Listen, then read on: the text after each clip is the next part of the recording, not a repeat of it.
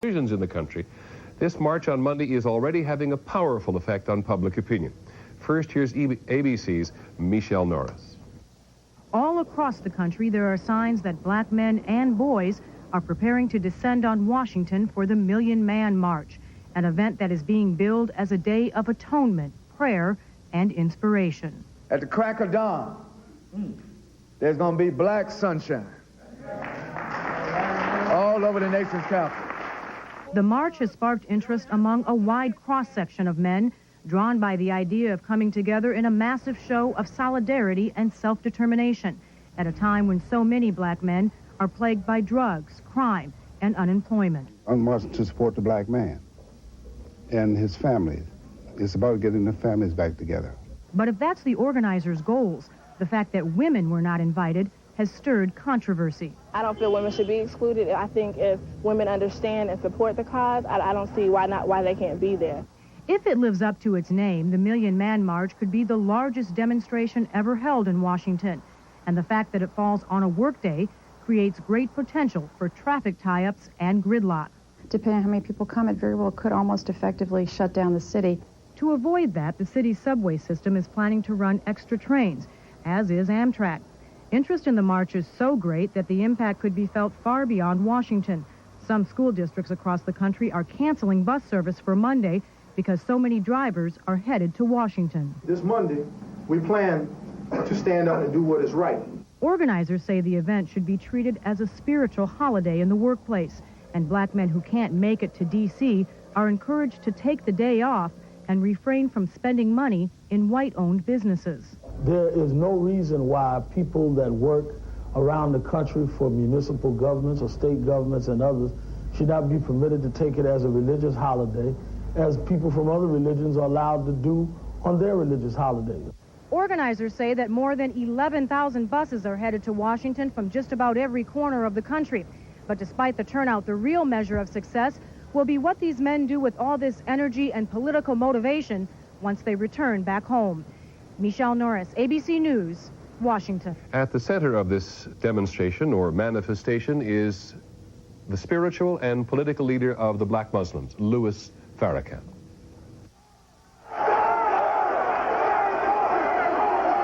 Across the country, the question is being asked again. Who is Louis Farrakhan and where does he fit in the black community? And why does he make so many whites, and especially Jews, so angry? He leads a movement called the Nation of Islam, perhaps 10,000 members, perhaps more than 100,000. They will not reveal their numbers. And much of his message to black America is very appealing. We have got to come out of the spirit of depending on others to do for us what we must do for ourselves. Join him, he tells young black men, join his ranks, clean yourself up and take responsibility for yourself. No drugs, no guns. Discipline in the projects across the nation where his followers have taken over security. Crime is often down dramatically. Young black men respect them, and that's part of our problem in our communities, is reaching young black men. There is another side to Minister Farrakhan, his racial anger that he picked up along the way to where he is today. The 60-year-old minister was born in Boston. His mother raised him on welfare. He wanted to study violin at the famous Juilliard School in New York, but he became a calypso singer instead. He was brought into the black Muslim movement at the side of Malcolm X. When Malcolm X split with the Nation of Islam and was murdered, many people then and now suspected Louis Farrakhan. Louis Farrakhan is not very familiar to white America. Since the civil rights movement in the 60s, the black leaders who have become familiar are those who have demanded inclusion. Louis Farrakhan has preached something else entirely. If we cannot get along in peace, then we have to separate. Like two married people who have tried to live together and have irreconcilable differences. Farrakhan has an image of a separate black America, land set aside and compensation for slavery. If we are allowed land and money, a way to become economically self-sufficient, then we would say America is beginning to repair the damage. Minister Farrakhan has taken his message of separation to halls and arenas all across the country. Hundreds of thousands have turned out to hear him speak. They hear him talk about black pride. They also hear him speak the vilest of bigotry. This is what Farrakhan has to say about Jews. They took the money out of your community and built communities for themselves. He stirs up volatile emotions in his followers. He stirs up crowds that chant, "Kill the Jews." And he will lead them toward that chant. He won't say it himself. Jews are not the only target of Minister Farrakhan's anger. Whites in general are often portrayed as the devil. In the nation's black community itself, there is division over Farrakhan, but not as much as many would imagine. The Reverend Jesse Jackson will march with Farrakhan on Monday. Others, like Congressman Gary Frank of Connecticut, say they cannot. To give Minister Farrakhan and his organization more prominence would be one of the worst things to happen to race relations. Certainly this much, at this time, is clear. And the co-chairman of Monday's march, Ben Chaffetz, puts it very simply. Who else in America could have issued this call and get this type of response? Probably nobody else at this moment, according to most sources in the black community. We'll be there in Washington on Monday for coverage of this march. And when we come back to see... Speaker of the House Newt Gingrich says the president must do more than just talk about race relations. He says he agrees with much of what Mr. Clinton said, but adds, quote, "We need more than rhetoric," end quote. He also said race relations were not served by the leader of the Million Man March. In the case of Farrakhan himself, I think the more people look at him, the more I think they realize he is a bigoted, hateful, divisive force. And I think it's unfortunate that he is leading the march. And I think it tells you something about how deep the symptoms are in America. People don't turn to a leader like that unless they are genuinely lacking in hope. And I think that that's a commentary on what the welfare state has done to truly trap the poor in terrible circumstances that all of us should feel ashamed about. On the march itself, the House Speaker said he would reserve judgment until results of the rally become more apparent. 4 participants in the Million Man March traveled to Washington because the patriarch of their family is concerned about his community and his people. CNN's Candy Crowley has the journey of 3 generations of African-American men hoping to be part of history. This is the face of black America that doesn't make headlines. Roland Caldwell Sr., a devout Roman Catholic, husband of 37 years, father of 6. He knew from the beginning he had to go. I think all black men should go, because I think it's a point in time where we need to start making a statement about, just as is advertised, we need to take over. You know, what has happened to us, what I believe has happened, is we have stopped being in charge of our communities. And so we let the kids do what they want to do. Roland Sr. coaxed his only son, 35-year-old Roland Jr., into driving up from Richmond. The 2 grandsons, 11-year-old Ramon and 6-year-old Delonte, had no choice. The 6-year-old's ready to go, naturally. See, 11, they're at the time where they start to make their own decisions. And sometimes you have to push them into things. You have to say, you're going to do this. Later on, you'll be happy that you did. But right now, you're going to do it my way. And so it was that 3 generations of Caldwells marched to the front door of the U.S. Capitol on October 16th. And you may not be a significant player in those things, but just to be there, it's important. And I think just being here is important. A lot of these folk, that's all it means, just to be here, just to show up to say, I was one of the million. Blood with blood, hand in hand, back to back, they went together. Our values in our family, are extended, through my parents and down into me and then down into to Delonte and Ramon. I was standing right down there, right in the middle. Martin Luther King was right up there. Along the way, Roland Sr. talked of his last big march in the Capitol in '63, when Martin Luther King gave America something to dream about. The difference is that was a milestone. This is a beginning. The question is going to be, what will happen afterwards? By afternoon, Grandpa had won a convert. I like it because I'm sure it might be history, and look to the church. It's just good to be and given his son another gift. What I'm taking home from it is to be able to look around and say, you know, well, I'm not alone. Look all around. Look around. See all the black men. But for a 6-year-old, the sandwiches and crackers Grandpa packed and the chance to horse around were a lot more appealing than history. Besides, it was crowded and noisy, and even the adults didn't pay much attention to the speeches. But none of that matters to Roland Sr., who understands little boys. I just want them to take away the fact that they were there. That's all the little guys need to do, is I was there, I was around all these black men, and I feel good. The tale of the Caldwell family on October 16th was not a story about the politics of a single black man, or even a story about 1 million black men. It is a story about each black man and the world he can hold in his hands. Candy Crowley, CNN, Washington. At times, it may have seemed more like a revival than a march. But today's massive rally in Washington had many meanings. When this special edition of CNN World News continues, we'll look at the major issues of the march and the many possible interpretations.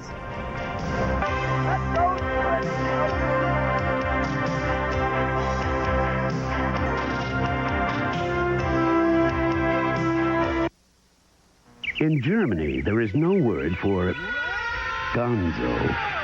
No word for... I am not yet a woman, even if I pretend to be. I am tender enough to curl into the palm of your hand. I need the protection of every black man. I am not yet a woman. I need years to grow. I'm learning fast, but there's a lot I don't know. Still a lot of wisdom at a tender age. Sure is. The Million Man March may have had a few central themes, but it's open to many interpretations. And it could have many different effects. CNN's Bruce Morton has been thinking about how and when this rally could change America. It was a day, its leaders said, of atonement and reconciliation, but it may have had as many meanings as there were men who joined it. Let those critics of this march realize once and for all, black men are not the problem. Black men are the victim. That was part of it, black men looking at themselves, talking about what they needed to do next.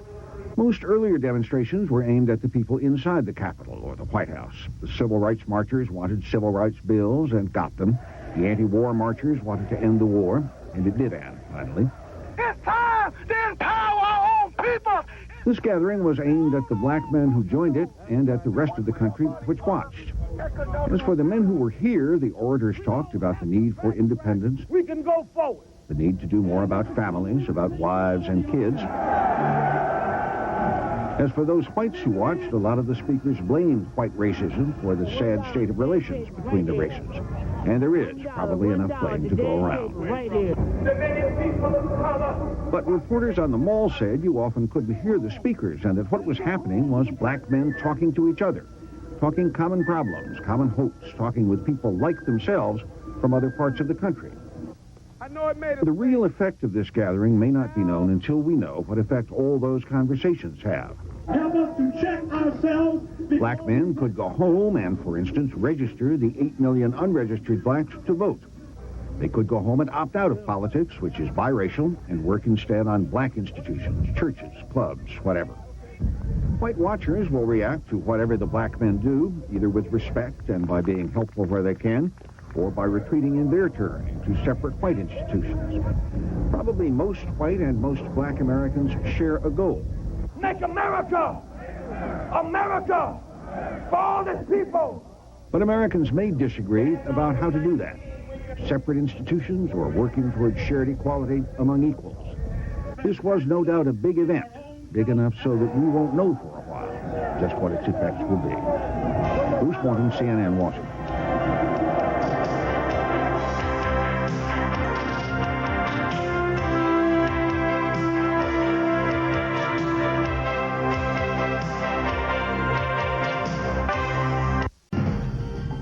We are gathered here to collect ourselves for a responsibility that God is placing on our shoulders. Louis Farrakhan challenges black men to unite, take responsibility, and improve their lives. More on the Million Man March next. solidarity. But while many agree with the message, others, like Los Angeles radio host Larry Elder, criticize the messenger. I think it's horrible that somebody so telegenic, so charismatic, such an arousing speaker has such a hateful message. He is anti-Semitic, he is homophobic, he is anti-Catholic, he is anti-white. In New York this morning, former General Colin Powell had this to say about the Farrakhan-sponsored march. I condemn all forms of racism or disparaging remarks against any group of Americans, whether it comes from Minister Farrakhan or anyone else. These days, talk about racism in America is everywhere. It came to a climax at the end of the O.J. Simpson murder trial with Johnny Cochran's racially charged closing argument. Cochran's message was powerful to Simpson alternate juror Watson Calhoun. The powers that be are all white, and it's rough on us. It is rough on us.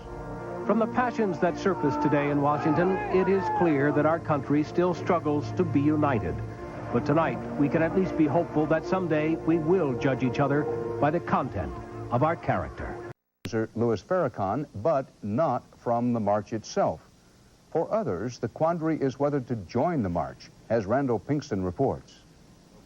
From Brooklyn, They're going like hotcakes. to Chicago, Check from a lady not going, but she's sending somebody. Give her a hand. to Sacramento. The 1 Million Black Men's March is rolling towards Washington. In Brooklyn, subway conductor Charles Smith picked up his tickets and T-shirts today. My father participated in the one in 1963, so I think this is my turn to participate. Amtrak is laying on extra trains in the Northeast Corridor.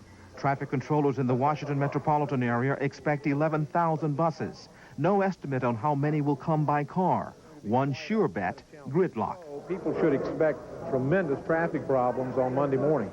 By design of the organizers, the impact of the march could be felt far from the nation's capital, as schools, hospitals, and businesses gear up for a day when many of their employees won't be coming to work. The march, led by Nation of Islam leader Louis Farrakhan, continues to attract criticism for his anti-Semitic and anti-white views. If, however, the Ku Klux Klan were going to march to manifest the concerns of white males, it would truly be a sad day for America.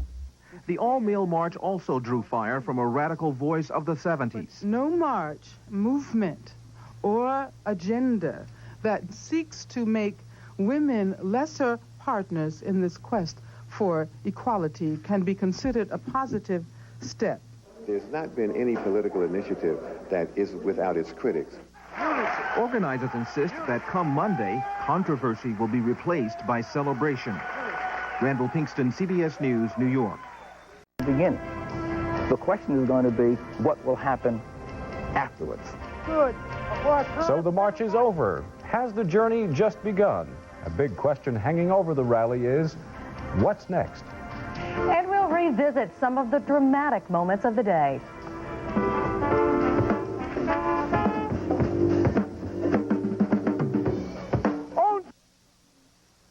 World News is brought to you by Hewlett-Packard DeskJet and LaserJet printers.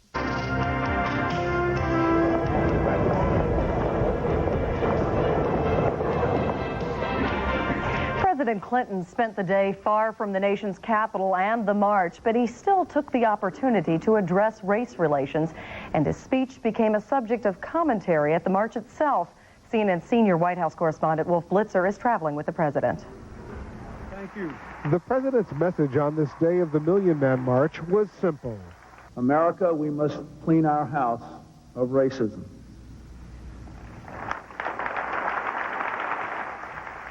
After considerable debate among his staff, Mr. Clinton decided he had no choice but to speak out at this previously scheduled address at the University of Texas at Austin. He asked black and white America to understand each other's fears. White America must understand and acknowledge the roots of black pain.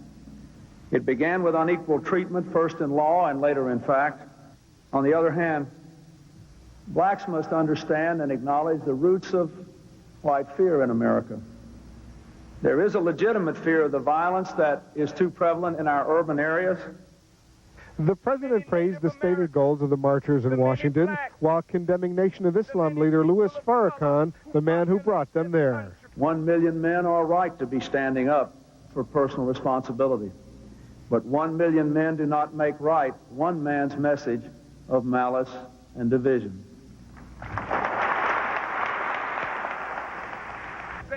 He did not mention Farrakhan by name, but Farrakhan later responded. I must hasten to tell you, Mr. President, that I'm not a malicious person, and I'm not filled with malice. But I must tell you that I come in the tradition of the doctor who has to point out with truth what's wrong.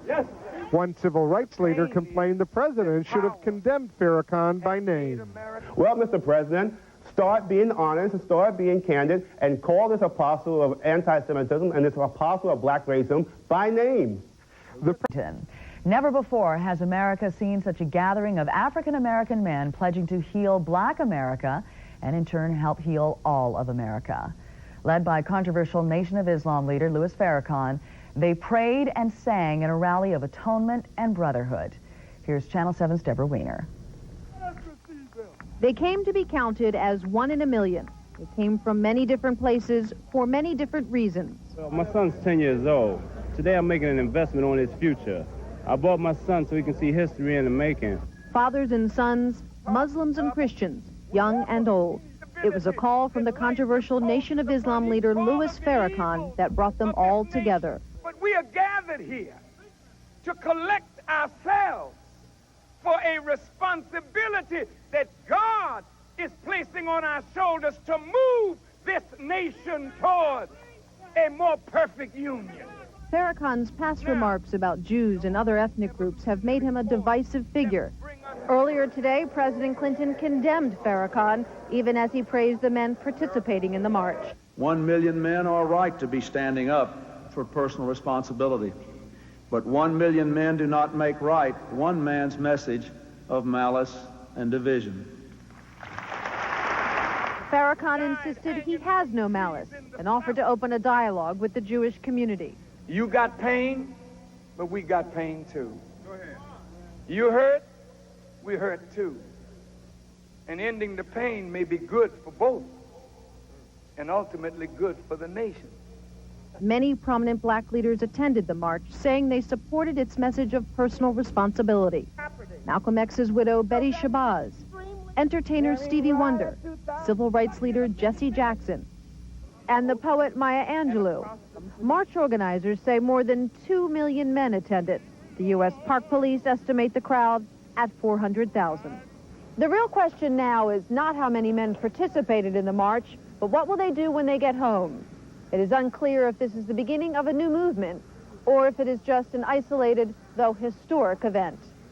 Deborah Weiner, ABC News, Washington. Back here in the Bay Area, hundreds of African Americans held symbolic marches of their own. In Oakland, more than 100 black men marched around Lake Merritt and then gathered to talk about personal responsibility and improving their lives. At San Jose State University, about 100 black students voiced their support. They also held an open mic forum and a teach-in to discuss today's events in Washington. At Diablo Valley College in Contra Costa County, some students protested an on-campus forum supporting the march. While most favor the rallying call for black unity, they also oppose the racist rhetoric of Louis Farrakhan. The problem with this is teachers are taking a stance on this issue to follow this racist, and this is wrong. We believe in what he's doing, but we also have a mind of our own to stop and know what's right and what's wrong. I'm in favor of people getting together to discuss these issues. I would very honestly have preferred that the march had been thought of by someone else. Dan Martin, who helped organize today's forum, says that students should not mistake the message for the messenger. The Million Man March is also supported by women in the Bay Area. A coalition of women groups marched in downtown San Francisco this afternoon. They say black women and children need a better life as well. They went to the Market Street office of Senator Dianne Feinstein protesting the recent vote on cutting welfare.